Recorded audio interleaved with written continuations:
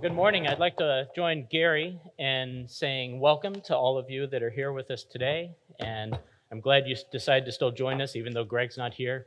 Probably because you didn't know, I'm guessing. That's what my mom told me. Can you believe that? Or something like that. I was close, right? That's close to that. Yeah. Anyway, it's good to see all of you. And thanks for coming out. I want to think with you just a little bit this morning. I want to start, though, by sharing a story with you. And I'll be honest, I debated and thought about how to share this. I even consulted my favorite sermon storyteller, John Watts. You guys remember him? I saw him in Tampa last week, and it was great to see him. And I was sort of getting his advice on this. And finally, I just said, you know what? I'm just going to tell you guys the story, the way it unfolded. And you don't know the people involved. I'm certain of that. And I'm going to anonymize it. But this is how it happened. It was about a year ago that I got a reply to an email that I had sent a brother. And periodically what I would do is, I might see a post that maybe his wife would put on Facebook, or something would trigger a thought, and I would remember this fellow that I had known and worshiped with some time ago. And so I would just periodically, I don't know, do you guys do that? Just shoot him a note and say, hey, how are you guys doing? And, I hadn't seen him in person probably for 15 or 20 years, but every so often I would think about him. So I got a reply a number of months after I had sent him that note, and he said, sorry for the delay in my response. So far, we're all still alive through the pandemic. I think that's one of the things I was sort of wondering is how they had, done during the pandemic. He said, I hope all is well with you and your family. And so it was nice to hear from him, even though it's a short note, just staying in contact with people. One of the things I love about moving is you sort of develop friendships, relationships, and know brothers and sisters in Christ all over the country, all over the world, and it's just a blessing. But about 7 months later, I got another email from him, and he said, good morning, Brent. Previously, I told you that everything was good, and thanks for contacting me. The truth is, and I'll call her Judy, the truth is Judy's divorcing me. I'm struggling mentally. Perhaps the worst it's ever been for me, not to be living with my family. I'm at a loss as to what to do in life. I'm struggling daily because I'm not with my family, and my family has been everything I've ever lived for. I don't quite understand why we're divorcing. There hasn't been any adultery or anything of that nature. He said, I've not been at church in a very long time. I kind of feel like God has let me down, as much as I know that I'm wrong to think of it that way. He said, perhaps you could pray for us, and specifically that Judy and I will reconcile. He said, I'm at my wit's end and very despondent right now. I struggle with this every day and wonder where my life's going. I thought it might help me to open up to a brother. Forgive me for not having been upfront with you previously. I felt like it was my problem to deal with and embarrassed at the same time to tell you the truth of the matter. Again, thank you for reaching out to me previously. And perhaps you can pray for us, your brother, Jack. I want you to imagine getting that.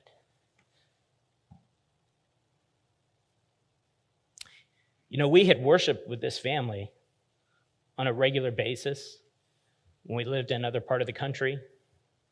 It was a husband and wife, and they were babes in Christ when I came to know him.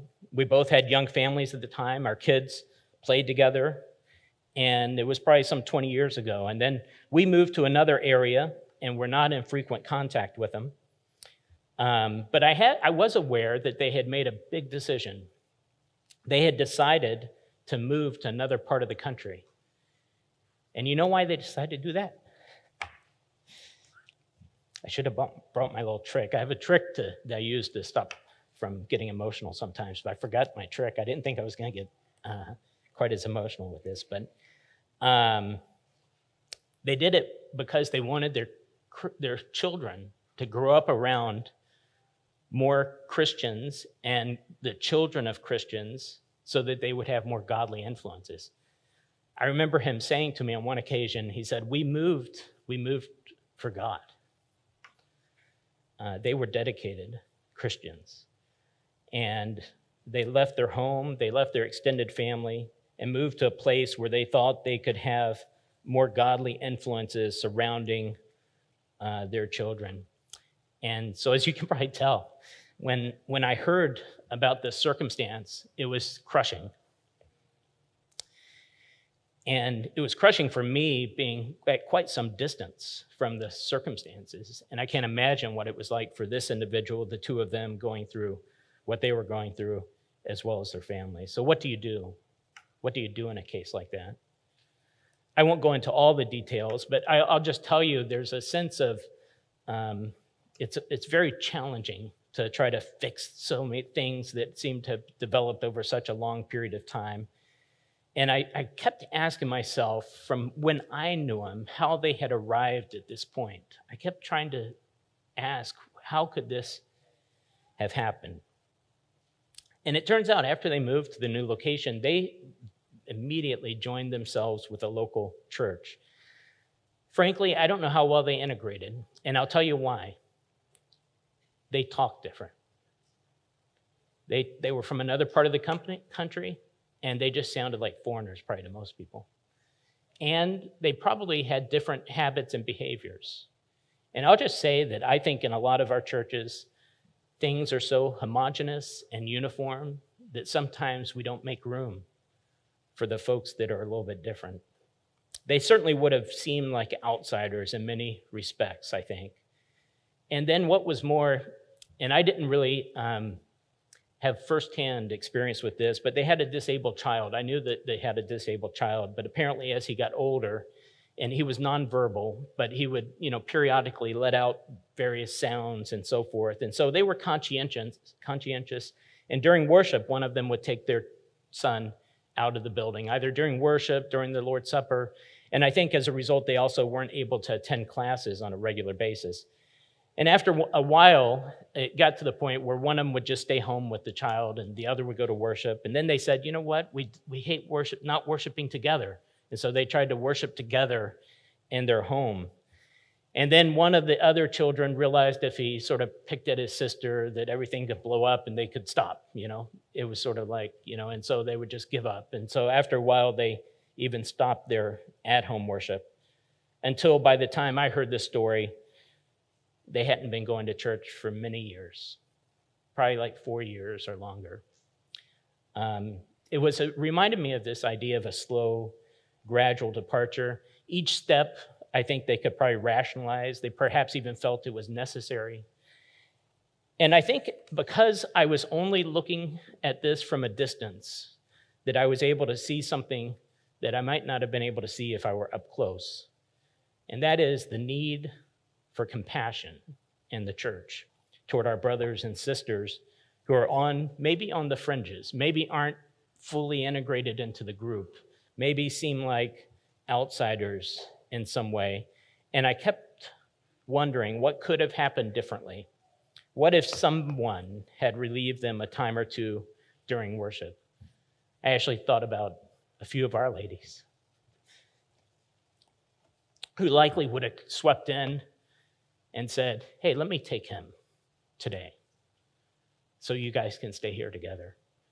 What if someone had coached them, perhaps, or provided them help in managing their special needs child? What if someone had maybe not let them slip away ever so slowly and just held on to them? So many what ifs. What if someone had had compassion on them in their circumstances and offered a helping hand?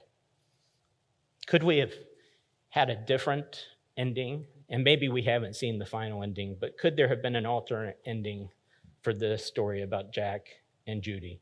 So today we're going to talk about compassion. And I want us to see the degree to which Jesus modeled it in his life and taught it in his sermons. And you can see it throughout the epistles. You'll thank me later because I had a whole section on the compassion in the epistles. I had to cut it last night. But I want us to see, and here's the deal for us. Do we want to be like Jesus? Do we? Because if you do, you're going to exhibit a spirit of compassion, period. Do you want to be like Jesus, or is that just something we say? Do we really want to?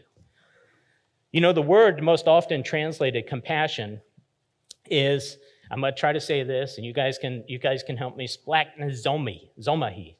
And that's the word. And I found it interesting because it literally means to be moved as to one's inwards, or to feel deeply or viscerally. You know, that idea of feeling viscerally is the word splonk is the Greek word they use for guts. It's like to feel it in your guts. The first century Jews often located the deepest physical core of your emotions down in your guts. That's how they thought about their deepest feelings, and where they thought about their deepest feelings arising. And so that's the word that's most often translated compassion, although there's a number of other words that we'll talk about as well.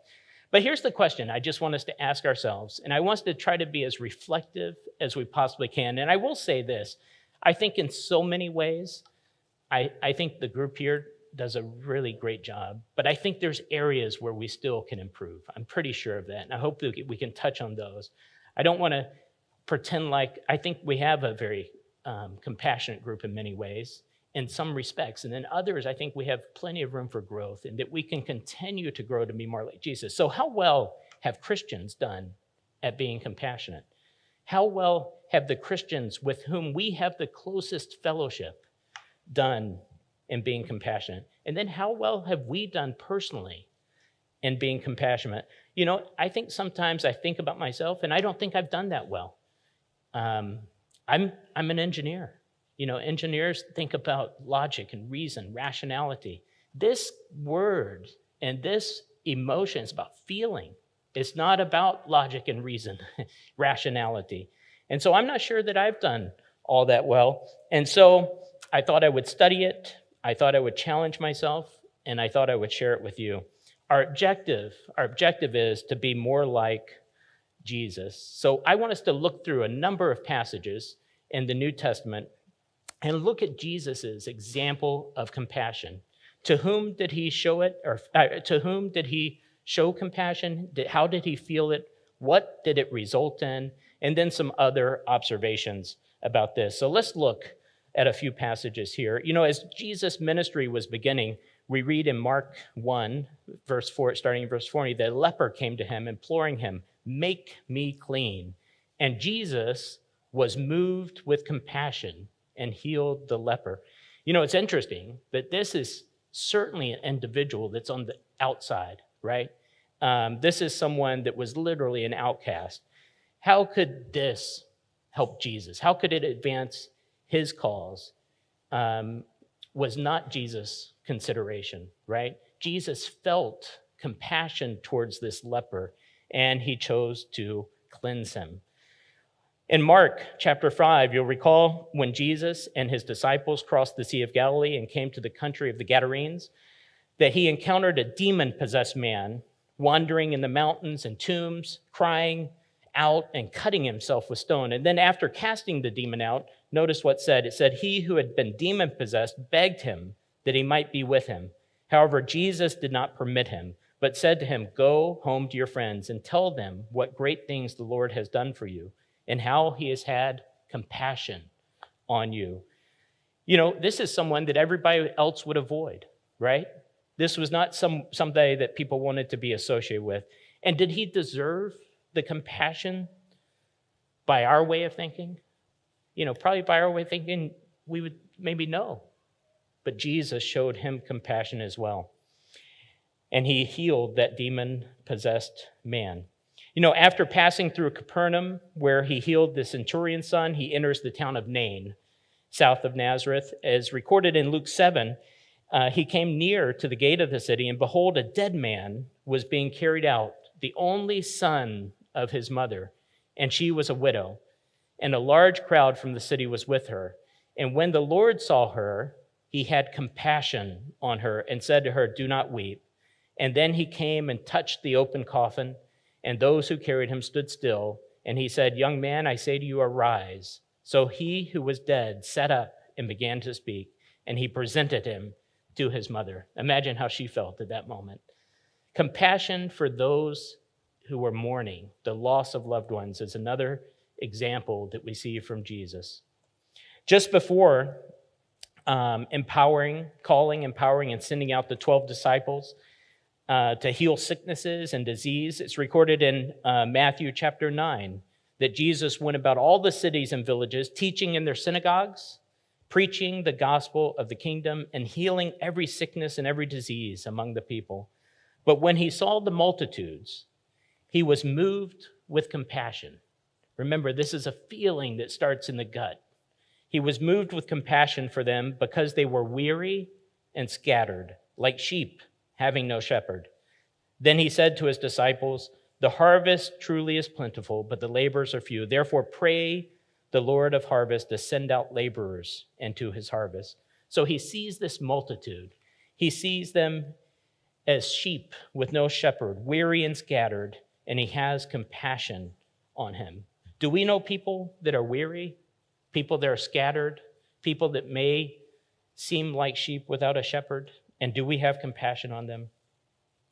You know, it wasn't but just after John the Baptist was beheaded that we read in Matthew chapter 14 that Jesus heard it, and then he departed by boat to a deserted place by himself. You know, I think he wanted to be alone.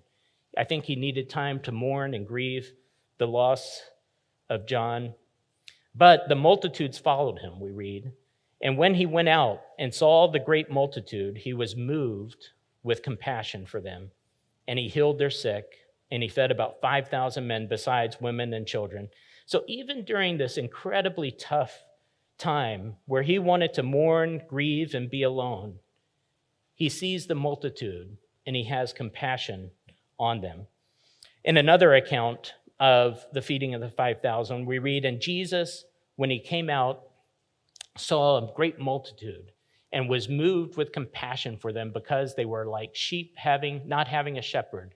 And notice what he did in this case. It says, "And he began to teach them."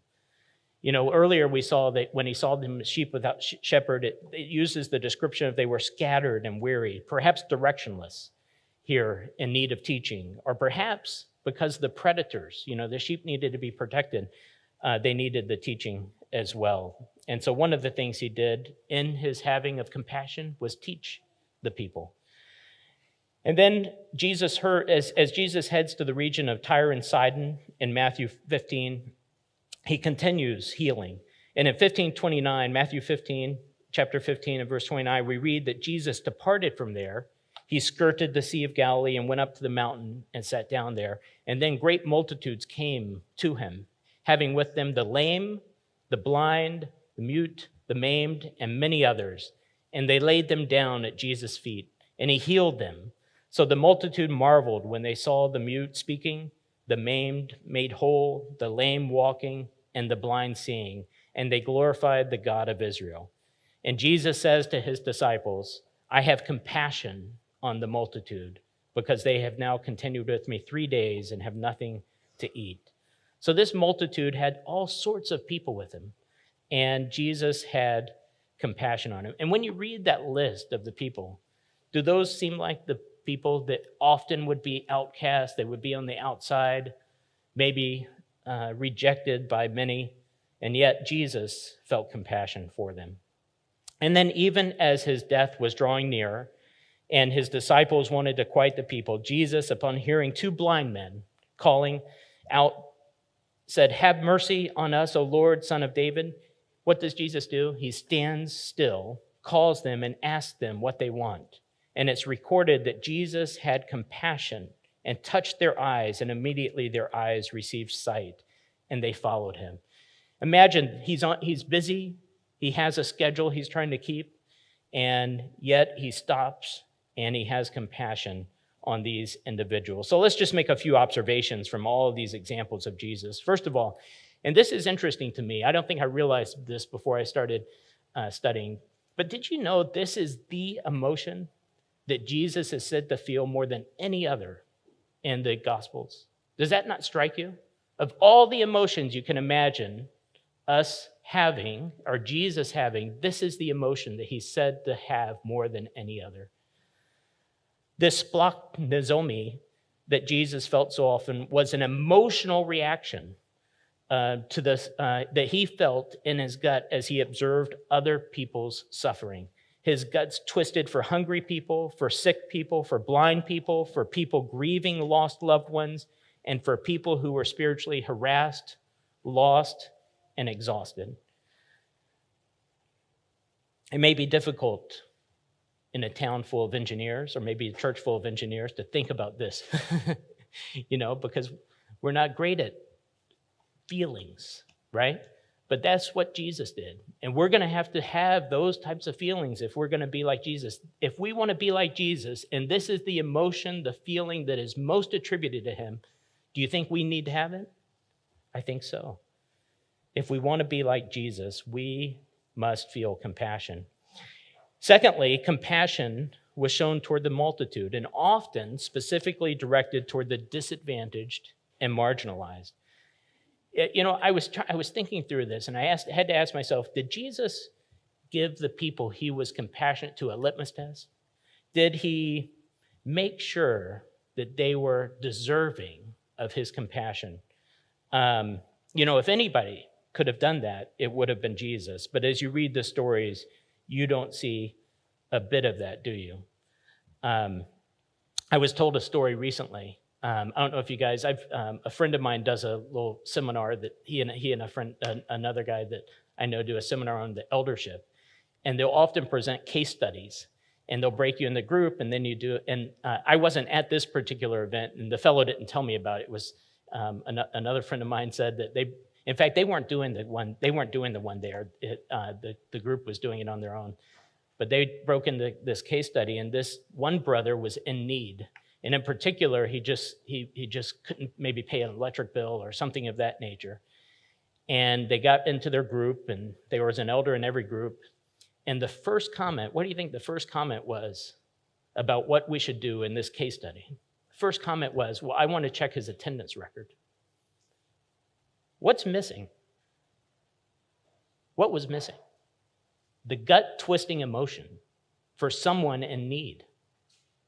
That's what's missing. How about you start with that, and then you get to some of the other things? But first, have some compassion. Think about the poor individual. Put yourself in their shoes and how they must feel. Right? It was the same group that literally, and a fellow told me this I think it was Wednesday night.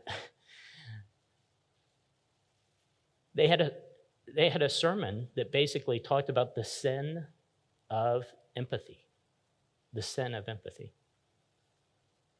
Does that strike you? It's kind of shocking. And after the sermon, at the end of the service, one of the young men got up to lead the closing prayer and prayed to God that they would not have empathy.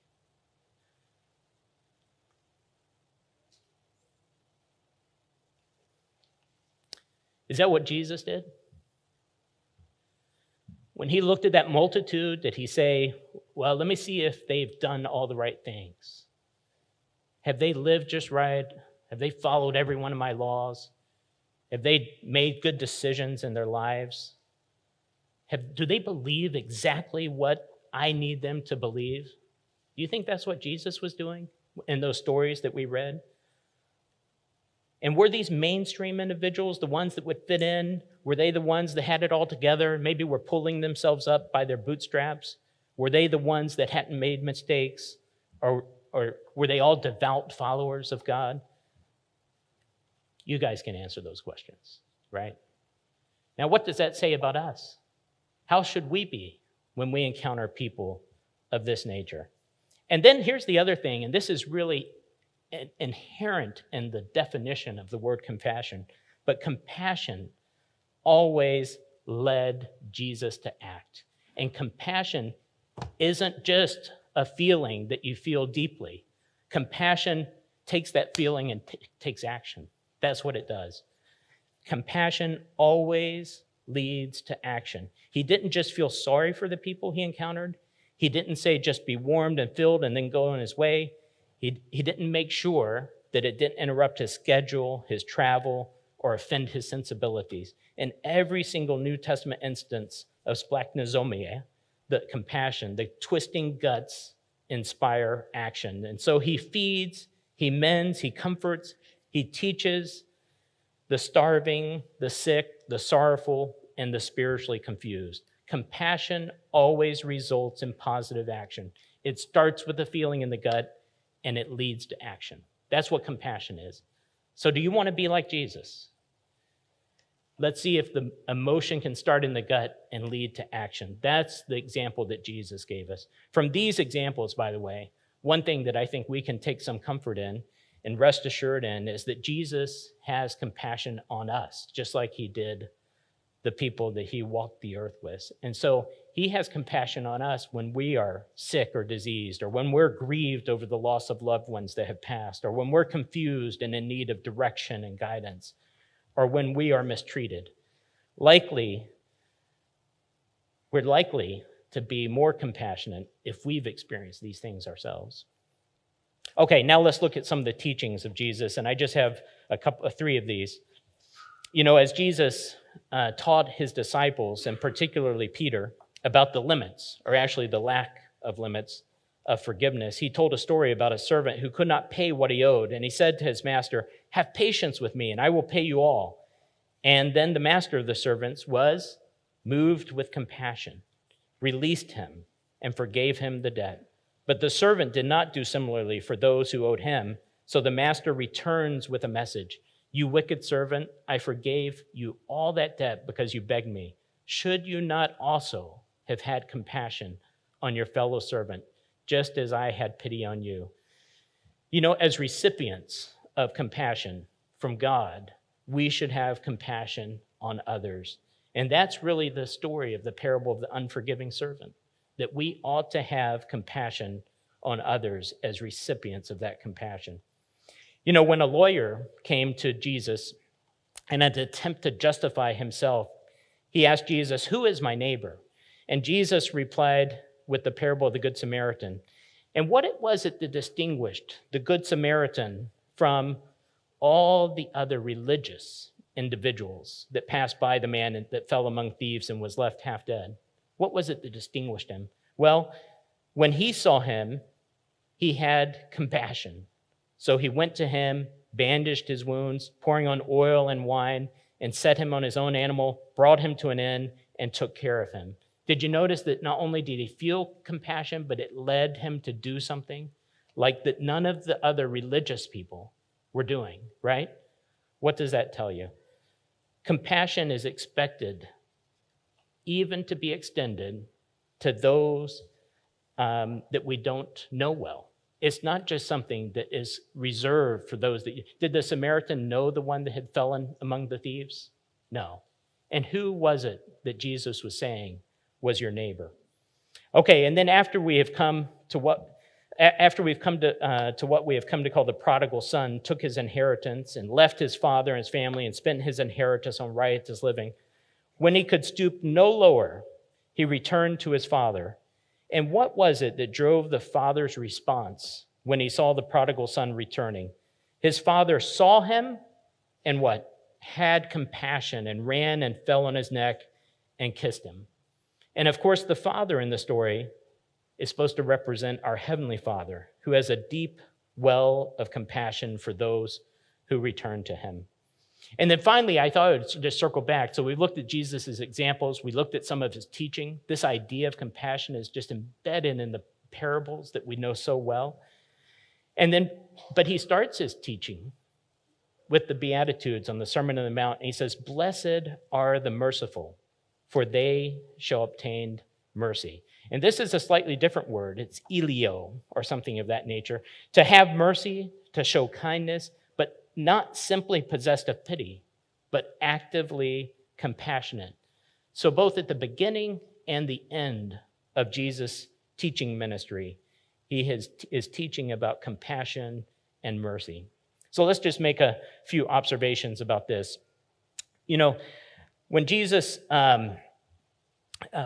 first of all, I think we should not expect God to have compassion and mercy on us if we do not extend it to others. It's a core of his teaching for us that we ought to provide it to others if we are expecting it. When Jesus tells his famous parable of the Good Samaritan, it was the twisting guts for the beaten, half-dead stranger that propelled the heroic Samaritan to action. And that compassion set him apart from the pious, religious villains of the story. The true followers of Jesus are set apart from the religious imposters by their genuine compassion toward others. Compassion should be felt toward all who are our neighbor. And who is that? Who is it that we're not going to consider neighbor enough to not extend compassion to? Should we make a list? Or should we just say we're to extend compassion to everyone? Is that not the moral of the story? Everyone that you encounter. And then in Jesus' parable of the prodigal son, it's again that splachnezoumea that sends the father running for the horizon to embrace and kiss the son who had abandoned him. And the father has a deep well of compassion for those who return to him. In fact, I have my Bible open. I really wanted to preach a lesson from Exodus 34, 5, and 6, because when God is describing himself, Exodus 34, 5, and 6, do you remember the first word that he uses to describe himself? He's compassionate. It's no wonder that Jesus, who manifests the Father to us more clearly than anything, was likewise compassionate, because the Father is compassionate. He has a deep well of compassion for those that return to him. And from these teachings, I think we can clearly see the expectation Jesus has for his disciples. We should not expect compassion if we don't show it ourselves. We ought to have compassion on those around us, whether we know them or not, whether they look like us or not, whether they're different than us, whether they're upper middle income, right? Whether they're the same ethnicity, whether they're the same socioeconomic status, whether they talk different, whether they look different.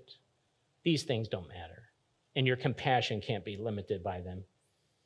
And he's willing to compassionately receive us back if we return, having left the situation of being mired in sin.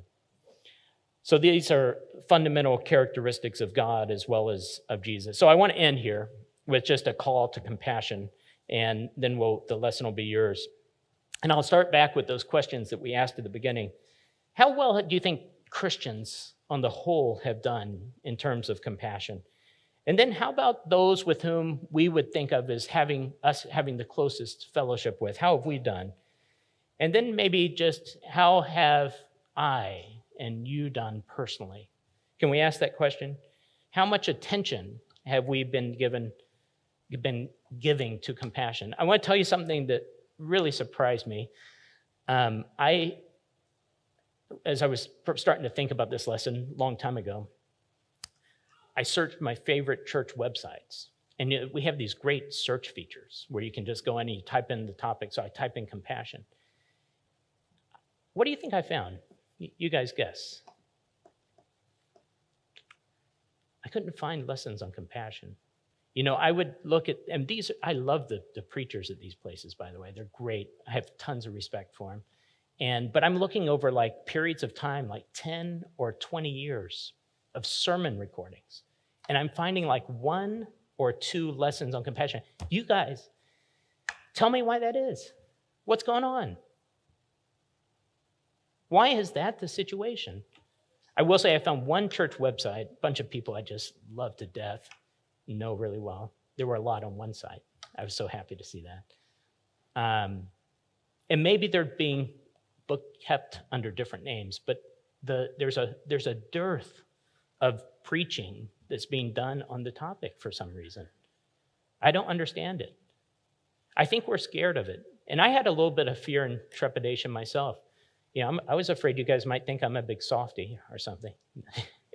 No, I think we're afraid of the topic, frankly. You guys think that?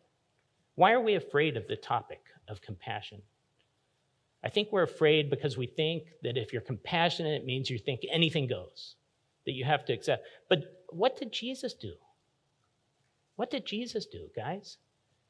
We don't have to be afraid of compassion, and we don't have to not talk about it. If we want to be like Jesus, we're going to have to show and be compassionate, and it's going to have to drive us to action. It's just a necessity. And I want to just say, I think sometimes we think about these things as sort of being what I'll call the corporate church responsibility, but it's our individual responsibility. We all need to take some ownership of this, and each one of us try to be compassionate. And I want to speak specifically about being compassionate towards our spiritual family, towards our brothers and sisters in Christ. And I'll just say, I think there's some people that it's really easy to be compassionate towards, just frankly. I could name them, but I don't want to embarrass them. But it's so easy to be compassionate for a lot of reasons. We just love them to death, you know. They're just, you know, there's so many reasons. But now here's the question. How about the ones that aren't so easy to be compassionate towards? How are you doing there, right? Just think about the people you might consider, like my friend that was on the fringes, that didn't quite fit in, didn't talk like everybody else. Frankly, he probably didn't dress like everybody else. I can guarantee it. He didn't speak like them. Probably when he made comments in Bible class, they weren't as polished or refined or well thought out. What about the people that are just on the fringes, but they're here among us? How about the people that are hurting? How about the ones that are suffering right here in our midst? Are we showing compassion to them, or are they sort of excused from our compassion circle because they don't really fit in? That's what I want you to think about. Sometimes do we see people as like an enemy rather than ideas?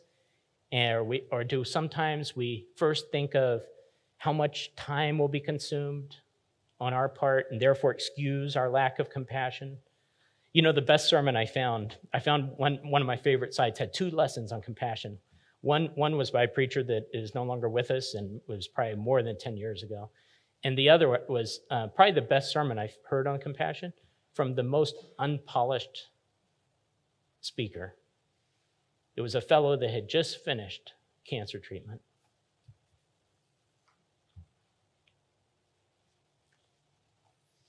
He wanted to thank the congregation for the compassion that they had, and he did a lesson around it. So what could we do differently this week if we set our mind toward being compassionate, more compassionate than we were last week? So just think for a second how compassionate you were last week and say, what could I do next week if I just want to be more compassionate than last week? So towards our spiritual family, let's make sure that we're showing compassion to everyone that's part of our spiritual family. I want you to imagine one of us maybe getting a letter from someone here that says, I'm at the end of my rope 5 years from now. And think what we could do today to maybe prevent that. Would that not be a good goal for us? You know, one thing I've tried to think about, even in the course of this lesson, and perhaps this is stepping on my own feet, but we often, at our elders meeting, have a list of people that we're worried about. You know, we spend most of our time in the elders meeting thinking about, talking about people. We usually try to do a great deal to reach out to them and so forth. But are we leaving the 99 to go get the one? You know, that's what we're called to do. Or do we just let the one get away? I think my friend, my brother, was a one that no one chased down. Are we leaving the 99? It's not just the elder's responsibility, though. Each one of us can do something. Can you think of one person or one couple that's left us over the last 5 years? Could we reach out to them, see how they're doing, tell them that we love them and that we're here to help? I can think of a number of people in that condition. And by the way, some of them, it's a lot of work. It's a lot of work to talk to them. It's a lot of work to be around them. It's not going to be like the most fun thing that you've ever done, but they're deserving of our compassion. What can we do? Do we have to wait till we get that letter that tells us that they're into their rope and their life is in shambles? What if God is planning to save that soul or rescue that marriage or mend that broken individual through you? What if that's his plan? What if that's exactly what he wants to do, is use you to do that? Through you first having that feeling of compassion that was characteristic of Jesus and then acting on it. Let's not follow the path of the Pharisees, who were getting every particular rite in their worship and in their ceremonial service to God, right? They were doing that, right? They were getting everything right, but missing the big stuff. And Jesus said to them in Matthew 23:23, echoes of Micah 6, which Nathan led us a song about. He said, "Woe to you, scribes, Pharisees, hypocrites, for you pay tithe and mint and anise and cumin and have neglected the weightier matters of the law, justice and mercy or compassion and faith. These you ought to have done without leaving the others undone." Justice, mercy, and faith. Okay, how about this towards our physical family? How are we doing in terms of having compassion on our own family? Now, you're probably immediately thinking, oh, well, we do that well. But I don't know if that's really the case. Are we having compassion on those with whom we have the most contact? What do you know about your family? You know better than anybody all their faults, all their flaws, all the mistakes they've made, and you've probably heard it all before. Do you ever feel numb? This thing happened to me. I would say it's funny, but it may not have been. But I was going from Research Park onto 565, sort of heading home one day. This is years ago. I'm sure it wouldn't happen today. But as I drove on this road, I saw in my rearview mirror a police car. And it came over, and then it kept going over. I immediately looked at my speedometer. I was so happy because it was where it needed to be. And so he went over, and I said, "Oh, great." Then he came back. I said, "You got to be kidding me! What's going on?" And sure enough, he lit me up, and he stopped. I really had no idea. So he came and he said, "Do you know why I pulled you over?" I was like, "No, I have no idea." But and he said, "You know that little date sticker on the back of your license plate? It had the wrong, I didn't have," so I thought, oh, this is great because I got my other one in the glove box. So I pulled out the glove box. By the way, just for you teenagers, when the cops come to you, hold both hands on the steering wheel. Don't look in the glove box before he gets there. Wait till him to tell you to, okay? I'm very careful about that stuff. You know, I don't know who taught that to me. But so after he was there, I said, "I think I have it in my glove box. Can I get over there and look, look in?" So I got it and I showed it. I was so happy. And he said, "Well, let me see your insurance too."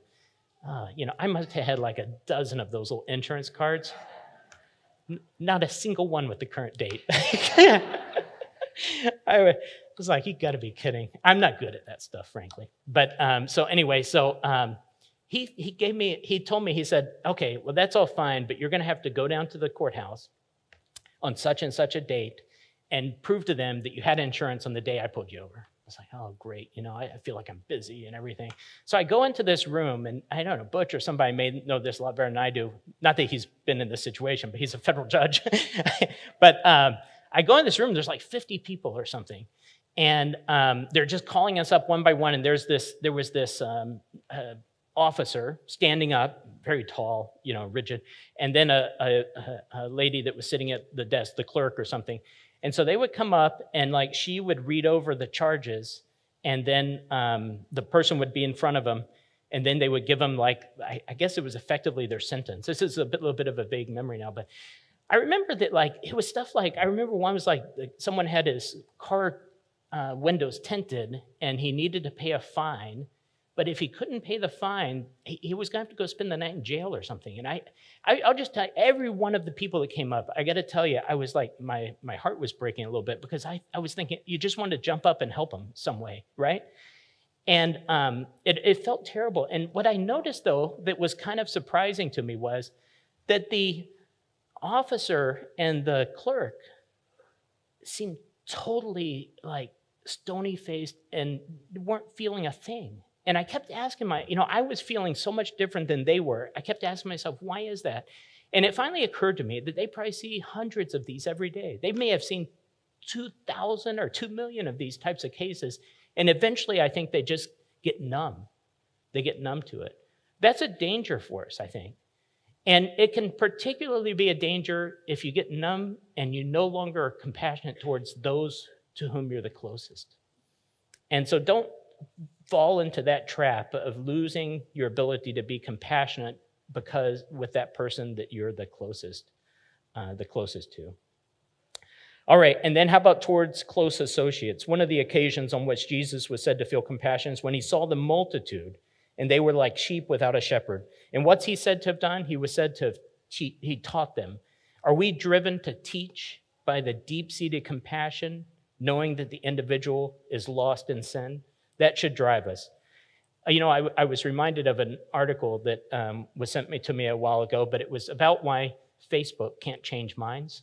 And I thought the article was pretty insightful because it said the way to change people's minds is to become friends with them and bring them into your circle. Be compassionate first, and then show them the way to God through both your actions and your words. A lot of people are never converted to Christ because they see a lot of hypocrites in church buildings. They know that Christ was compassionate, but they don't see it in the Christians that profess to follow him. And then finally, how about those that we encounter along the journey? How do you react to people that are poor and needy or even living on the streets? Do you immediately think how they deserve the condition they find themselves in because of their immoral behavior, bad choices, broken relationships, or alcohol and drug use? Who do you think, by the way, that Jesus would spend time with if he returned now to live among us in North Alabama for a few months? Where do you think he would go? Have you thought about that? Jesus had compassion on those who were suffering, whether it was from physical ailments or the direct result of sin. Regardless of how they got where they are, Jesus saw people as created in the image of God and showed compassion on them, even the dirty, the flawed, the rebellious, the contagious, and the forgotten. When you see someone who is living with the consequences of their sin, does it make us cringe or cry? Is your heart moved to pray for that person's relief, healing, comfort, and salvation? Is your compassion strong enough to cause your hand to extend in action, in help, or in hope? That's what Jesus would do. I was reminded of this story. All of you that are Star Wars fans, when I say Grand Inquisitor, what do you immediately think of? Obi-Wan Kenobi, right? The new series, and there's this Grand Inquisitor. There was a Grand Inquisitor before that during the Spanish Inquisition, and there was a famous author, Dostoevsky, who wrote this novel called The Brothers Karamazov. I probably didn't say that right either. It's a Russian literature. I'm not a huge fan of Russian literature, but one of the chapters in that is what he calls a poem. It doesn't read quite like a poem, but he has Jesus returning during the Spanish Inquisition, where the church is searching for and killing those who are not true believers. And after Jesus arrives and performs miracles among the people, healing them, just like he did in New Testament times, by the way, he's rapidly imprisoned and indicted by the Grand Inquisitor, who chastises him for healing the people and giving them hope. The Grand Inquisitor goes on to explain to Jesus why the church no longer needs him or his approach to saving people. And I kept asking myself, what if Jesus came among us? Would we say, we don't need that? That's not how we do things?